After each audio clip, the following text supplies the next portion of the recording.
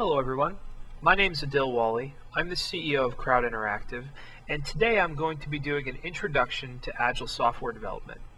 This is the first talk in a series of videos about Agile that we're going to be doing here at CI, and you will find this one and the others on our website at www.crowdint.com. Agility is a great topic to go over because it's one of those things that takes a day to learn and a lifetime to master. But mastery is impossible without understanding the reasons agility came into being and what problems that it's designed to solve. I hope that this talk helps each of you on your journey to mastering Agile software development. So the first thing we have to understand with agility is, why is there a context for a new software development framework? And the simple answer is that most software development fails. 31% of software development projects are canceled before they're completed. 75% are considered failures by the very people who've initiated them. And out of 1 in 2 projects, they go over budget by more than 200%. So if we pause and reflect on these statistics, are they surprising? Well, to many folks in the software development field, the answer is no. We've experienced this pain before. But for any other industry, such as healthcare or anything else, these sorts of statistics, these sorts of failure rates are unacceptable. So we have to understand first, how does software development fail? What are the dimensions of failure? And there are 2. The first is feature shortfall. How many projects have you had where you met 100% of the product owner's feature expectations within the first release, within the original budget? The answer for most of us is none. Why? Well, because most projects face a deadline rush before this sort of cutoff date where we have to cut down features, trim them down to make sure that all the software is actually working. And in fact, 66% of projects don't meet the needs of users and actually have to be rewritten all or in part. So feature shortfall is the first significant dimension of failure, but it's not the only one. The other significant dimension, and the one that's perhaps more often overlooked, is interface, right? How many software projects have you been a part of where there was no separate interface phase, or there was no time dedicated only to the interface? For many of us, that's most projects. Now, why is this a problem? Because success today is not just about functionality. It's about more than that. Back when the internet was new, functionality was sort of a miracle. It was about what the app could actually do, right? Because all functionality was new. It was innovative. It was hard to achieve or expensive. But since then, a lot has changed. We have rapid application development frameworks. We have new technologies. We have open source tools.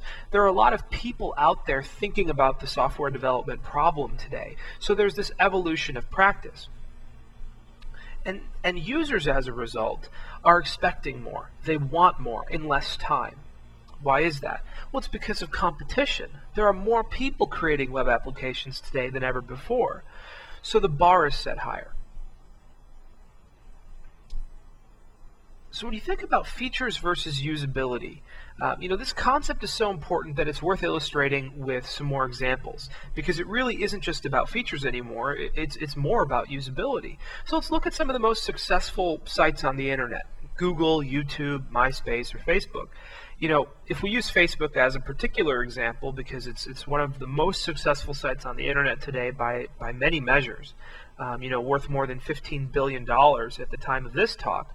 Let's look at the functionality of Facebook. What sorts of things can a user do on Facebook in the most basic sense? They can create a profile. They can upload pictures to it. They can log in, log out, browse other people's profiles, poke people, send them a direct message, and post on their wall. But other than that, there's not much more to Facebook. So that's something like 5 or 8 features that makes up the entire platform. Another example, and perhaps the ultimate one, is Google. right? On Google.com, there's sort of only one thing you can do, right? So it's not about the number of features. It's not about the depth of features. And these features aren't new. They're not unique, right? Of course, Facebook and Google both have many competitors. They have, lots of people offering the same things. So why are they so successful? Well, it's about the usability. The experience they've created is better in these sites, and that's what creates all of this value. So usability is sort of a critical dimension of software success, but it's one that's often the most failed. So if we understand that most development fails, and that the two critical dimensions of failure are functionality and usability, let's look now at why. Most software development follows what's known as the traditional waterfall methodology. Most of you have probably heard of this. It's called the waterfall methodology because of the shape of the timeline. You go through a number of mostly sequential phases, starting from gathering requirements, down to designing and architecting, moving into coding, then to testing, then to finally deploying, and then once deployed, moving into maintenance and support. So as we go down this sort of waterfall path, we have to wait until one process is done or almost done to start the next. And of course, if anything we do in a later phase changes something from a previous phase, we generally have to move back into that phase. So this is a pretty standard process. And at the face of it, it doesn't seem to have too many sort of core issues. It's logical, it's straightforward, and it makes sense. But the statistics around waterfall sort of speak for themselves. When you examine mostly failed projects, 82% of them cite that waterfall practices or part of a waterfall practice is the primary reason for failure. And what's more is that 10% of the code deployed in these projects is actually utilized, which means that 90% of the code has to be rewritten. So how can this be? The framework seems so logical. It's so well adopted. How can there be so much failure? And in order to do that, we have to understand sort of what the challenges are with waterfall.